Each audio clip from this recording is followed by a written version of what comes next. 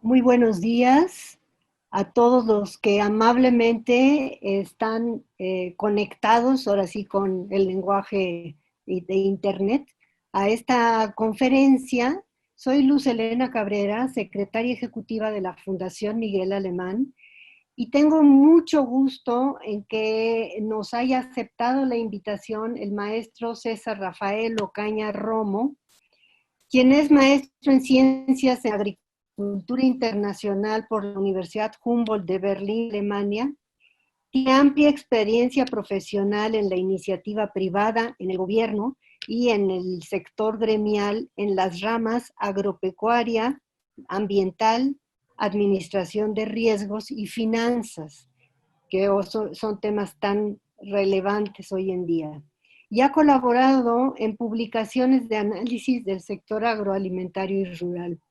El maestro Ocaña ha sido colaborador de la Fundación Miguel Alemán desde 2009 como miembro de consejero del Comité del Programa de Innovación para la Productividad Agroalimentaria, y sus aportaciones han sido muy relevantes y muy enriquecedoras siempre. Yo creo, no quiero quitarle más tiempo porque lo importante es la conferencia que escucharemos ahora, Agroproducción en México, el contexto, y solicitarles que todos los comentarios, preguntas que les vayan surgiendo, por favor, se las hagan llegar al maestro Caña a través de la liga que tienen de YouTube en la parte de abajo. Ahí las pueden ir inscribiendo para que se las transmitamos y él pueda responder algunas hasta donde nos dé el tiempo. Sin más, le doy la palabra y la bienvenida con muchísimo gusto al maestro César Rafael Ocaña Romo. Adelante, maestro. Gracias, muchas gracias, licenciada Cabrera. En primera instancia, agradezco la atenta invitación de la Fundación Miguel Alemán por la oportunidad de estar aquí con ustedes y con el auditorio que nos acompaña y que es la razón de este evento. Muchas gracias, por supuesto, al director general, al doctor Alejandro Carrillo Castro, así como a todo su equipo de trabajo y, por supuesto, también a los integrantes del programa de innovación para la productividad agroalimentaria de esta fundación. Esta mañana, como ya lo mencionó la licenciada Cabrera, habremos de tocar un tema de continuo debate y, por supuesto, de actualidad, el campo mexicano. Y sobre ello refiero que la situación actual del sector agropecuario no es el resultado de un factor aislado. Sus orígenes son variados y se han ido configurando a través del tiempo. Aclaro que como estudioso del sector agropecuario y a partir de información y análisis disponibles, interpretaré la situación actual del campo mexicano. Esta interpretación podrá provocar distintas posiciones y precisamente de eso se trata, de motivar reacciones que de alguna manera contribuyan a la construcción de un futuro mejor para el sector agropecuario. Me voy a permitir de aquí en adelante apoyarme con unas transparencias, por lo que voy a subir una presentación. Hoy en día se puede observar en muchas naciones que a mayor proporción de la población dedicada a la actividad agropecuaria, el ingreso per cápita de estos países tiende a ser más bajo. Estas lecciones de la historia y desarrollo de los sectores industrial, de servicios y agropecuario nos deben motivar a analizar los retos y oportunidades que enfrenta México, su sector rural y agropecuario, sobre todo en el contexto de la crisis del COVID-19 que sigue acechando al mundo con efectos en la salud, economía y, por supuesto, en la cadena de valor agroalimentario. Hasta antes de la Revolución Industrial, que inició en Europa Occidental a mediados del siglo XVIII y a principios del siglo XIX, la actividad agropecuaria había sido la base de todas las economías del mundo. En aquel entonces, la gran mayoría de sus poblaciones se empleaba en las actividades primarias, donde 3/4 partes o más de la sociedad estaban vinculadas con la actividad agropecuaria. La industrialización de las economías nace con el uso de la máquina de vapor, que dio paso a la producción en serie, creando un gran auge en la manufactura y minería, emergiendo el capitalismo industrial con grandes empresas y nuevos modelos organizacionales. La revolución industrial influenció muchos aspectos de la vida rural y productiva del campo.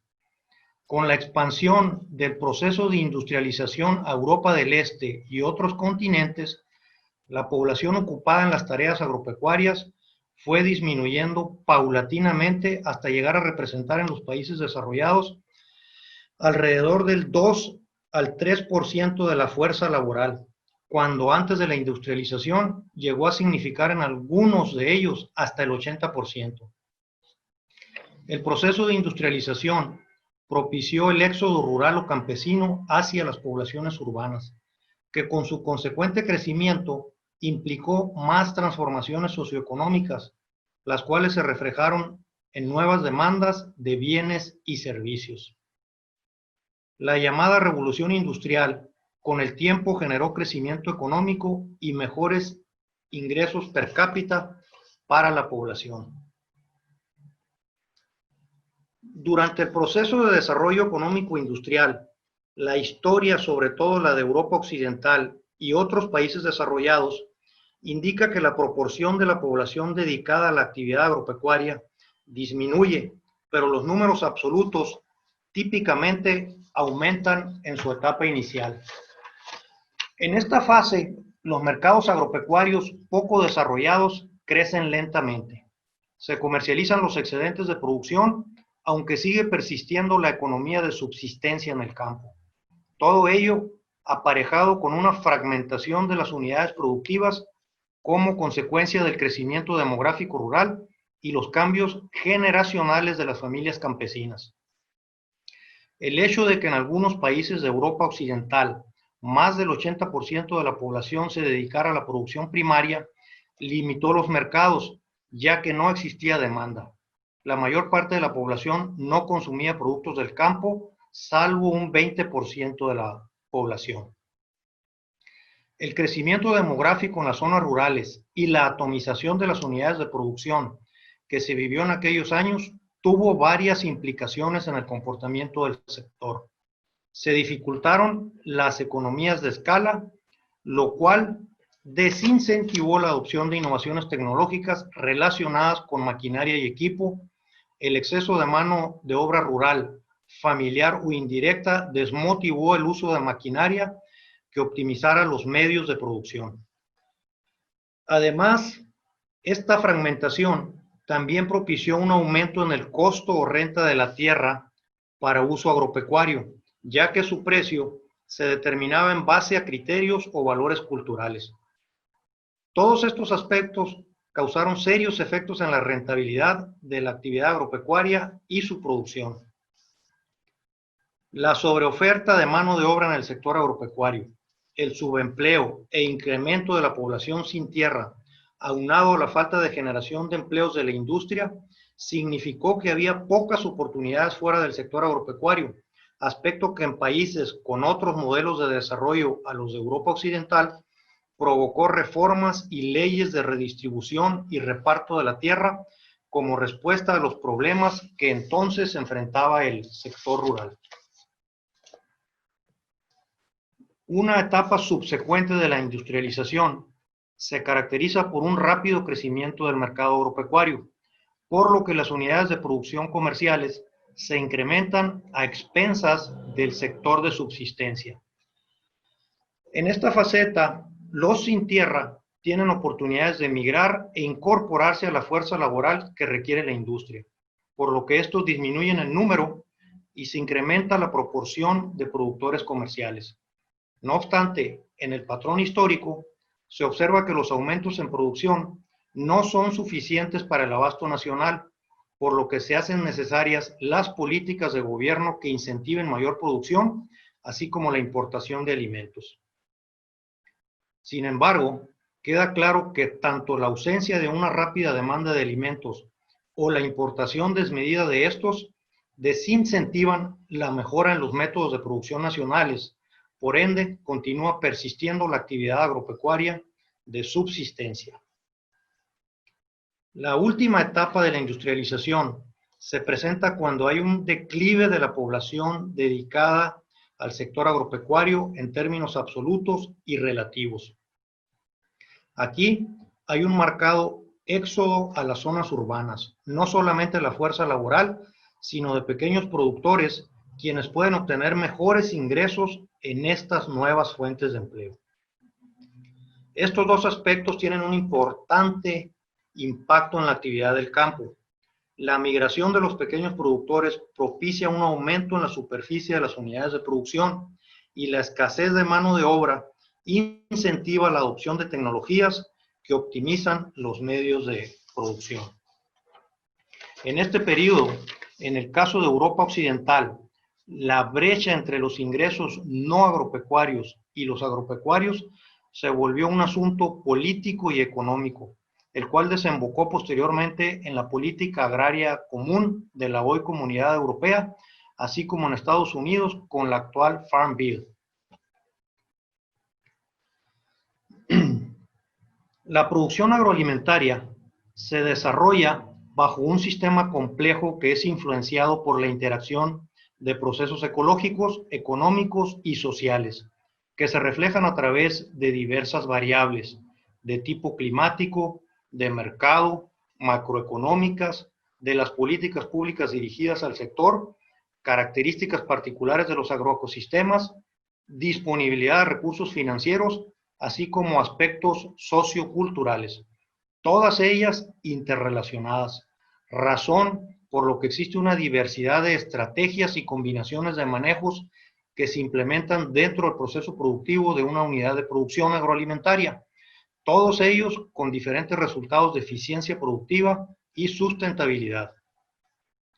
Un agroecosistema es un ecosistema que ha sido modificado por el ser humano para producir alimentos, fibras u otros productos agropecuarios. Al caracterizarse el sector agropecuario por una elevada exposición al riesgo en la producción y mercadeo, el productor de hoy día debe estar más actualizado sobre lo que sucede en el sector, así como contar con mayor conocimiento o asesoría de expertos sobre las actividades clave para aumentar su eficiencia y continuar en el mercado.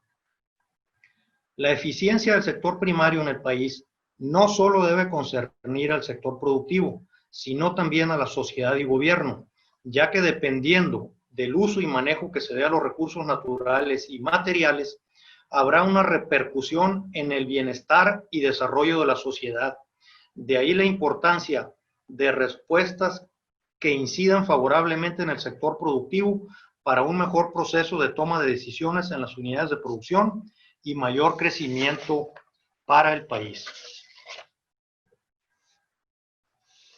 Con la implementación del Tratado de Libre Comercio en 1994 y otras medidas previas, el gobierno pretendía cambiar la deteriorada situación que venía sufriendo el campo desde inicios de los 70. Con su implementación se buscaba incentivar el comercio intrarregional de los tres países integrantes, es decir, Canadá, Estados Unidos y México, a través de la eliminación de tarifas arancelarias y el establecimiento de estándares sanitarios y fitosanitarios.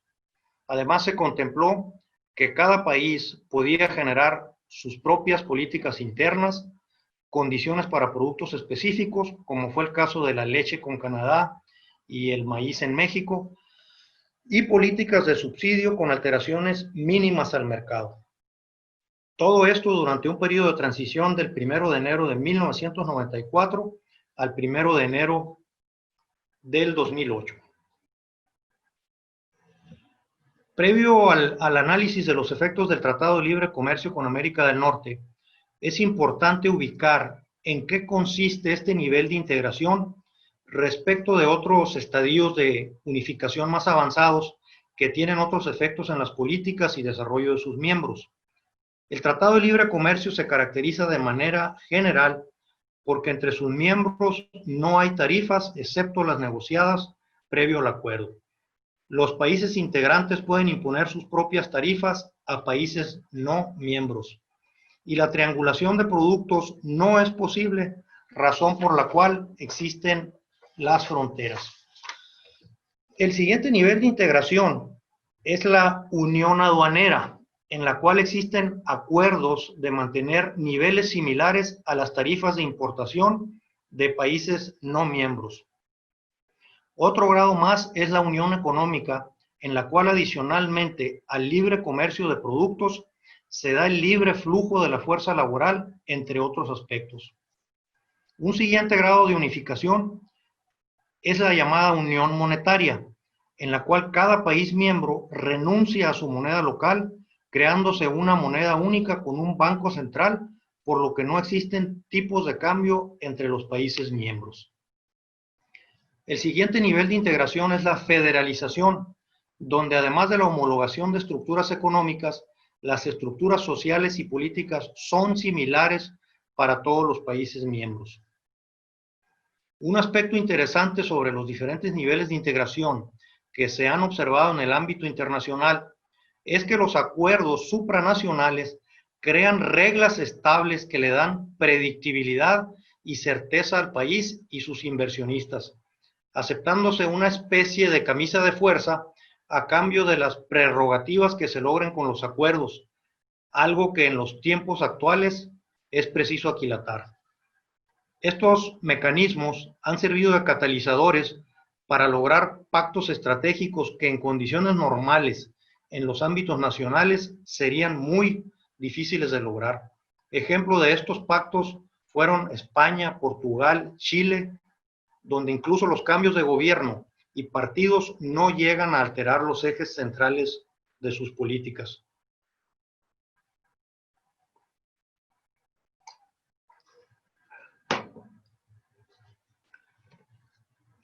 Antes del inicio del Telecán o Tratado de Libre Comercio con América del Norte, es importante recordar cuál era el contexto. Hasta antes de los 80s, la mayoría de los sectores de la economía nacional coexistían con políticas de intervención gubernamental, esto incluyendo al sector agropecuario a través de subsidios paraestatales y otros mecanismos y de un modelo económico cerrado al exterior. Sin embargo, este modelo económico se agotó.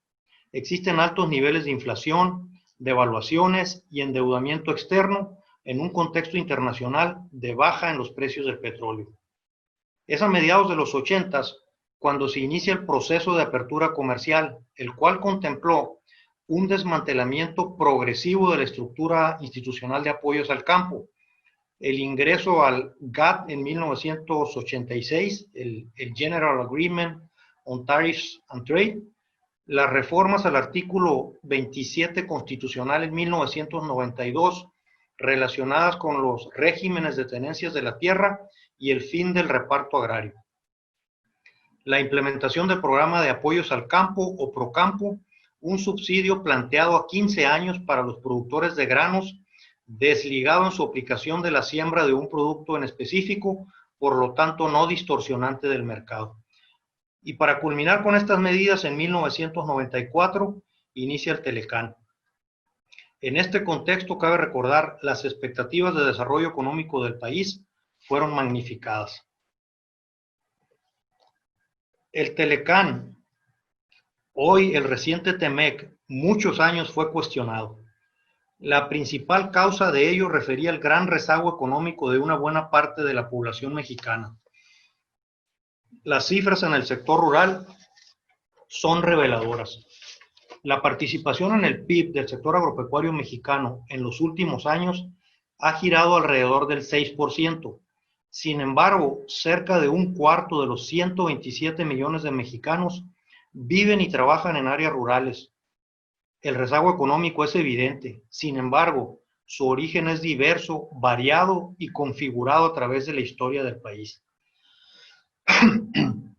La falta de respuesta del campo mexicano para incidir como un sector detonador del desarrollo y contribuir a la reducción de la pobreza y desigualdad ha propiciado la migración rural a las grandes urbes y al extranjero, Sin embargo, los sectores secundarios y terciarios tampoco han logrado ofrecer las oportunidades que demanda la población mexicana.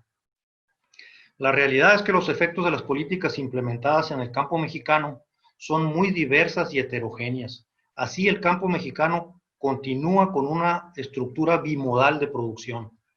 Tenemos productores a nivel comercial, entre quienes encontramos altos niveles de competitividad, y productores de subsistencia, los cuales requieren otro tipo de políticas para salir de la pobreza.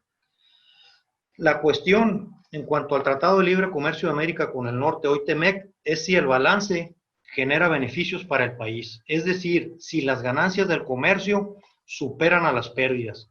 En la teoría económica a esto se le llama prueba de compensación. No obstante, en la práctica, los ganadores no compensan directamente a los perdedores. De ahí la importancia de la política pública. Continuando con el tema comercial, es importante saber con quién estamos compitiendo. Resalto que en el año 2018, el 76% de las exportaciones totales mexicanas van dirigidas a los Estados Unidos, cuyo Producto Interno Bruto, PIB per cápita, es 7 veces mayor al nuestro, lo cual no necesariamente es una desventaja, sino una oportunidad de comercio con un país con amplia capacidad de compra y una población 2.5 veces mayor a la mexicana. En lo referente a importaciones del mismo 2018, destaca por supuesto Estados Unidos como país de origen con el 46% de estas. Cabe indicar, ha venido perdiendo participación, en contraste con China, que aumenta su mercado y que para el periodo citado representó el 18%. Respecto de extensión territorial, la de Estados Unidos es 4.8 veces más que la mexicana, además con una superficie arable de 187 millones de hectáreas, la mayoría de temporal y clima templado, versus México con alrededor de 23 millones de hectáreas, de las cuales 2/3 partes son áridas y semiáridas, siendo de riego un 20% de la superficie. Así, ambas agriculturas son complementarias. Estados Unidos, con su vasta superficie arable y de clima templado, es un gran productor de granos, y México, uno de los mayores importadores del mundo de granos. En contraparte, México es un importante proveedor de frutas y hortalizas para el mercado estadounidense por las características agroclimáticas más benignas para estos cultivos. Al igual que cada actividad contribuye con un porcentaje diferente del Producto Interno Bruto al país, también cada estado de la República tiene su contribución diferente, destacando 4 entidades: Ciudad de México, Estado de México, Nuevo León y Jalisco, con 40% del Producto Interno Bruto total nacional en el año 2018. Estas entidades y 7 más, es decir, poco más de 1/3 de las entidades del país, conforman 2/3 del Producto Interno Bruto nacional. Estas variaciones en el desarrollo del país se originan en gran medida por la concentración territorial de la población, la cual propició en una parte importante el modelo nacional de desarrollo, el cual centralizó el sistema institucional de toma de decisiones, generando una gran aglutinación de las actividades económicas y de la población. Los efectos de los desequilibrios en la distribución territorial de la población ejercen una gran presión en la creación de infraestructura, como son las redes carreteras, vialidades, vivienda, así como en servicios urbanos, de salud, educación y creación de empleos, y por supuesto en la sustentabilidad de los recursos naturales. Otros efectos del modelo es que se concentran regionalmente las ventajas acumulativas, debido a mayores montos relativos de inversión en infraestructura, capital, servicios de apoyo y recursos humanos, convirtiéndose en grandes polos de progreso. Sin embargo, de manera inversa, las regiones menos desarrolladas son receptoras de una cantidad menor de recursos e inversiones como consecuencia de la competencia de aquellas regiones más desarrolladas, por lo que estas regiones atrasadas presentan menores tasas de crecimiento a costa de aquellas más desarrolladas. Este esquema tiende a persistir ante la ausencia de políticas públicas adecuadas, ya que la concentración geográfica regional permite generar economías de escala, no siendo el caso de las regiones atrasadas, donde los mercados son reducidos e imperfectos, convirtiéndose en un obstáculo más para su desarrollo. Queda claro que el marco institucional influencia la estructura productiva regional y que las capacidades del mercado para disminuir las disparidades regionales son limitadas.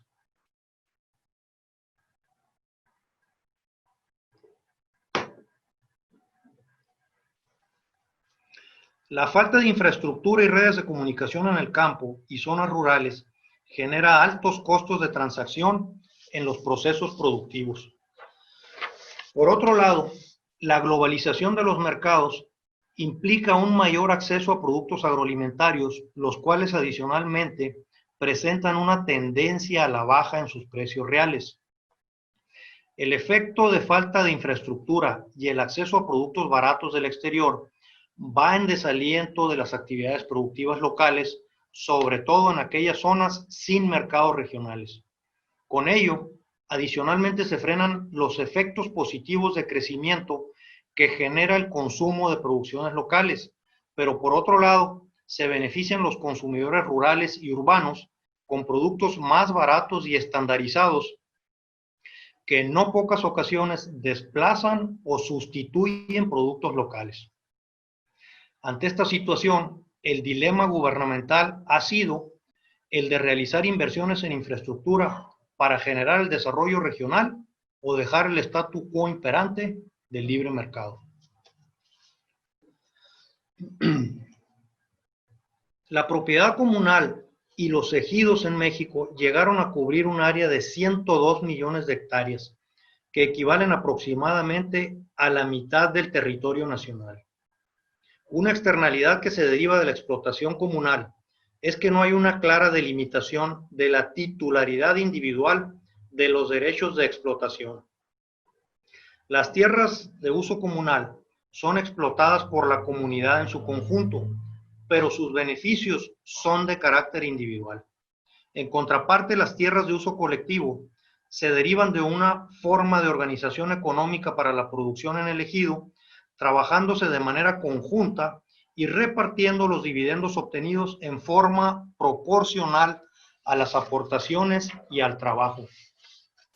Bajo la explotación comunal, no existen incentivos para usar moderadamente los recursos, pues el costo individual de explotar una unidad más es muy reducido o prácticamente de cero, aunque el costo para la comunidad sea elevado. El sujeto maximiza su función producción, no obstante que la cooperación con los otros miembros del ejido sería más benéfica para todos.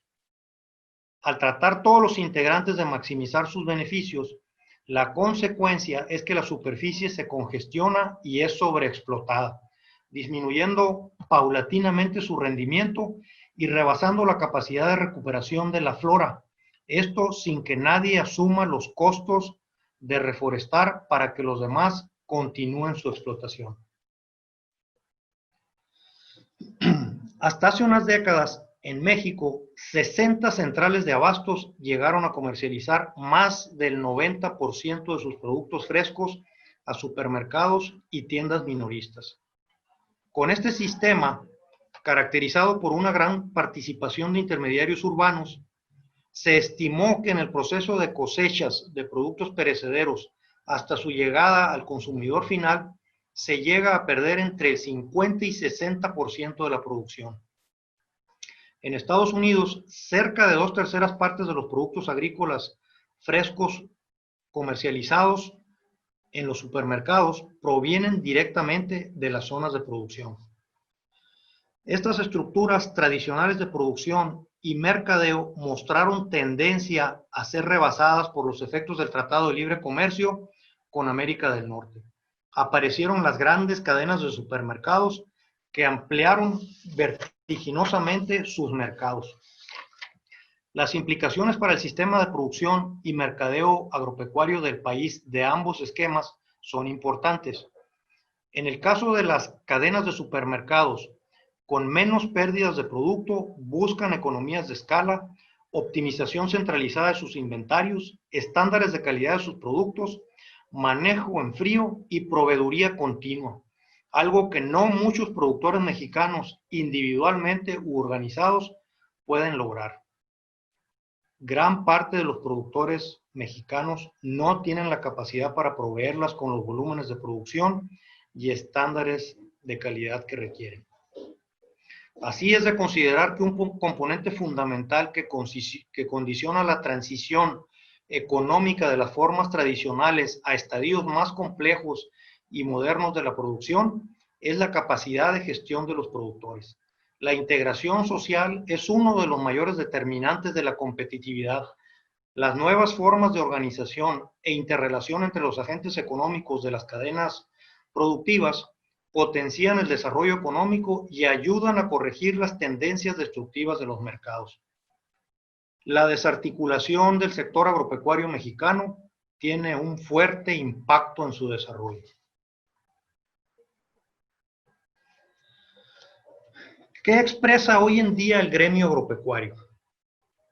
En distintos foros y en los medios de comunicación, el Consejo Nacional Agropecuario ha sido muy enfático en los siguientes asuntos: una drástica caída del presupuesto del sector agropecuario y fuertes recortes presupuestales, eliminación de los programas de apoyo a la agricultura comercial, desaparición de delegaciones federales de la Secretaría de Agricultura y Desarrollo Rural, recortes al Servicio Nacional de Sanidad, Inocuidad y Calidad Agroalimentaria, SENASICA, y la desaparición de los agregados comerciales y agrícolas en el exterior, eliminación de apoyo a diésel agropecuario y pesquero, las nuevas medidas de la NOM 051 de etiquetado de alimentos, retrasos importantes en las devoluciones de IVA, prohibición del glifosato, importante insumo en la actividad agrícola, así como el retraso en las respuestas concernientes a trámites gubernamentales,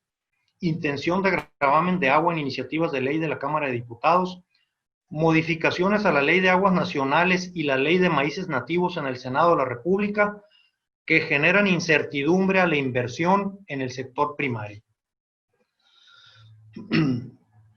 Adicionalmente, este organismo ve riesgos para el campo mexicano en la implementación del TEMEC, principalmente en el tema laboral, con el trabajo infantil y trabajo forzoso. Presiones para establecer un esquema de estacionalidad a productos agrícolas mexicanos. Todo lo anterior en un contexto claro de interferencia política relacionada con las ya próximas elecciones en Estados Unidos que pueden afectar las exportaciones mexicanas. En esta tesitura, el Consejo Nacional Agropecuario vislumbra un escenario muy complejo en salud, con mayores contagios y muertes, así como riesgos en la cadena de suministro agroalimentaria por los contagios. Una crisis económica, ya que no hay un plan incluyente para la protección del empleo y los ingresos de los trabajadores. Crisis de seguridad, con un probable incremento en los delitos, robos de mercancías, saqueos y mayores problemas sociales. Una crisis política y social con polarización, división, ataques y confrontación. Otros retos que visualizamos y no menos importantes son el preservar la institucionalidad y gobernabilidad, evitar caer en ciclos de ingobernabilidad y no reinventarnos continuamente y fortalecer el Estado de Derecho y democracia. Movimientos antidemocráticos por desgaste de resultados económicos y políticos, donde será importante el superar los bajos resultados socioeconómicos, observar el aumento demográfico que también puede provocar decrecimiento del PIB, el crecimiento de la economía informal, principalmente laboral, con efectos de inequidad y exclusión, así como los riesgos de desbalances fiscales y la no sustentabilidad de los esquemas de seguridad social, el impacto en las economías y globalización por el COVID-19, de entrada con cadenas de suministro más cortas y serias dudas sobre el futuro y efectos de la relación Estados Unidos y China y consecuencias en la Unión Europea y resto del orden. En un escenario donde Estados Unidos se mantendrá como el líder en tecnología, economía y aspectos militares, habrá de seguir observándose sobre todo a China. La presión contra las políticas de Estados Unidos será más fuerte. En lo interno, los cambios demográficos en Estados Unidos a largo plazo pudieran, bajo ciertas condiciones, propiciar una mayor integración con México. Estados Unidos seguirá siendo el líder de la globalización, sobre todo ya que la mayor parte de operaciones de comercio internacional se realiza en dólares. Por lo tanto, la relación con este país será clave para el desarrollo regional de México. La agenda ambiental en energía, atención a los conflictos geopolíticos del Medio Oriente, precios internacionales del petróleo, intervención de Rusia y Estados Unidos, así como la innovación en energías renovables o sustitutos de la energía fósil. Todo ello en una recurrencia de eventos climáticos catastróficos como consecuencia del cambio climático. Por supuesto, la importancia de la producción de alimentos, que puede llegar a ser un tema de seguridad nacional, y el funcionamiento o bloqueo del libre comercio y sus mercados en el ámbito global. La pobreza y delincuencia, el control del crimen e inseguridad es el talón de Aquiles, lo cual es reflejo de pobreza e inequidad con serios efectos inhibidores en la inversión, creando círculos perniciosos para el desarrollo y crecimiento económico que requiere la nación. Y de no olvidar la constante amenaza de ataques terroristas internacionales y sus efectos. Por su atención, muchísimas gracias. Sí, maestro, para decirle que, de acuerdo a lo que empezaba a decir la licenciada Cabrera, efectivamente ha sido una magnífica exposición que nos ha llevado de la mano, pues desde las causas estructurales de por qué nuestro país ha venido viviendo los cambios y las características que han ido creando esta agricultura doble, como usted lo señala muy claramente. Por una parte, la agricultura moderna orientada hacia la exportación de productos al extranjero, con buenos mercados, y por la otra, la agricultura de subsistencia, en donde, aunque aparentemente solamente representa el sector agropecuario del 6 al 7% del Producto Interno Bruto, el número de personas que trabajan en el campo pues es casi el doble de cuando se inició la Revolución Mexicana. O sea que sigue siendo un problema de una gran dificultad para encararlo por parte del sector público, y el encuadramiento que usted nos ha permitido hacer hasta el día de hoy señala muy claramente las necesidades de que haya una visión de mediano y largo plazo por parte del gobierno mexicano y de quienes están encargados de establecer las políticas públicas para que haya claridad y continuidad, si es que efectivamente se quiere incidir de manera importante en la solución de la problemática agroalimentaria del país en este momento. O sea que yo quisiera felicitarle nuevamente por este estupendo recorrido histórico, económico, político y social que nos permite ir recomendando, al menos desde el punto de vista del programa de la Fundación Miguel Alemán, a todos los participantes diversos, tanto a nivel gubernamental como a nivel de producción directa, y las características que tiene, a querer o no, el que exista un sistema de producción que, si bien idealmente tiende a ser mucho más justo, en la práctica lleva a que, si no se cuidan adecuadamente los instrumentos de los que se dota al sector comunitario y ejidal del país, pues va a contribuir a que se siga no solo manejando de la misma manera que en los años 30 y 40, sino que incluso se complique todavía más y se pervierta sin querer el alto sentido social con el cual fue diseñado desde la Constitución de 1917 este sector productivo que debería de estar cuidando de manera importante el sector gubernamental del país.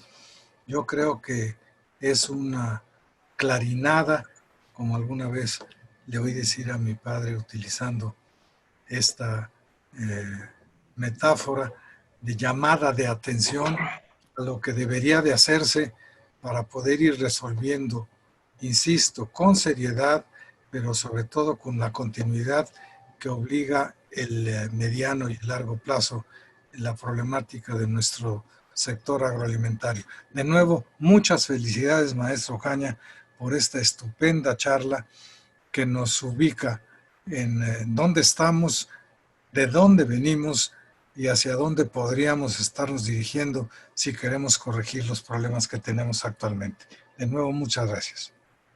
Muchas gracias, doctor Alejandro Carrillo. Me reitero a las órdenes de usted, de su equipo y, por supuesto, para seguir contribuyendo en lo que se pueda en la Fundación Miguel Alemán. Estoy atento. Gracias. Gracias, maestro. Ahora tenemos dos preguntas de nuestra seguidora Marta Escalante. El contexto y los retos presentados se observan desalentadores. ¿Cuáles son las oportunidades que tiene México para una agricultura sustentable? ¿Y la otra pregunta cuál es, joven? La otra pregunta de nuestra seguidora de nuestro seguidor Julián Moreno. ¿Cuál es el futuro de la frontera agrícola en México? Muy bien, muy interesantes las dos preguntas. Las voy a tratar de integrar y dar un marco conceptual que abarque todo para mejor comprensión. Quiero mencionar que el contexto futuro no es desalentador. México ahorita es el 11º exportador mundial.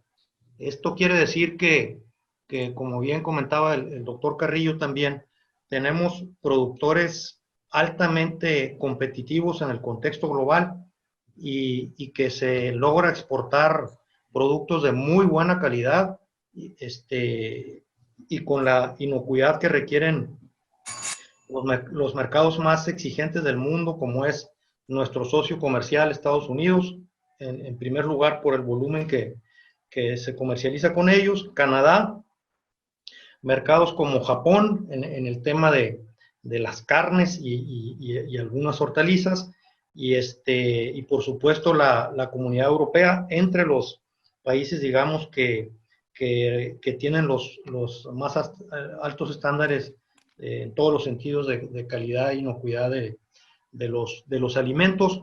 El tema alimentario está creciendo la demanda conforme va mejorando la economía de los países asiáticos.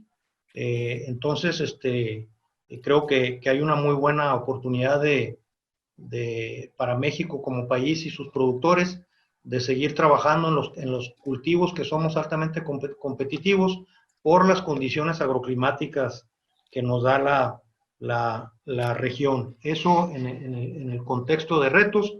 Por supuesto, el país, los productores requieren certeza para poder invertir. Es un insumo muy importante y que las variables macroeconómicas sean sanas. Sin esos dos elementos yo creo que es muy difícil competir. Hemos vivido crisis que han devastado al sector y hay que volver a empezar. Entonces yo creo que el contexto y los retos son muy, muy alentadores. El TEMEC, por supuesto, es un paraguas que da certeza jurídica. Ahorita por las condiciones políticas que está viviendo Estados Unidos, pues están manejando ahí los temas de las estacionalidades, pero seguramente va a ser un tema que quedará superado después de las elecciones en noviembre.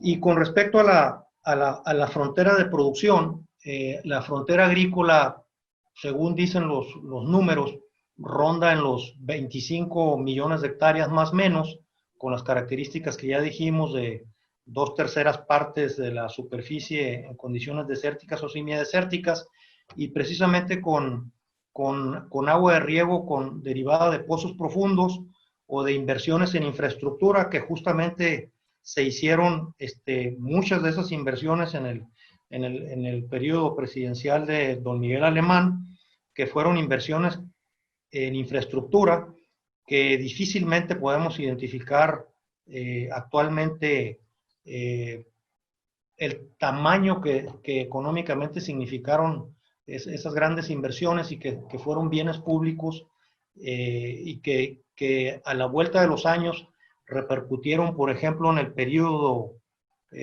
años posteriores, en un superávit agroalimentario en el periodo quizás del 55 al 65, y que después fuimos deficitarios, y otra vez, ahora de nuevo, el sector agroalimentario es superavitario. Quiere decir que vamos bien. La frontera agrícola en cuanto a superficie, mi apreciación es que ya llegamos a la frontera, pero sí quiero hacer una reflexión importante y que tiene que ver mucho con el quehacer de la Fundación Miguel Alemán, en particular los integrantes del programa de innovación para la productividad agroalimentaria, es precisamente el cambio tecnológico, la innovación.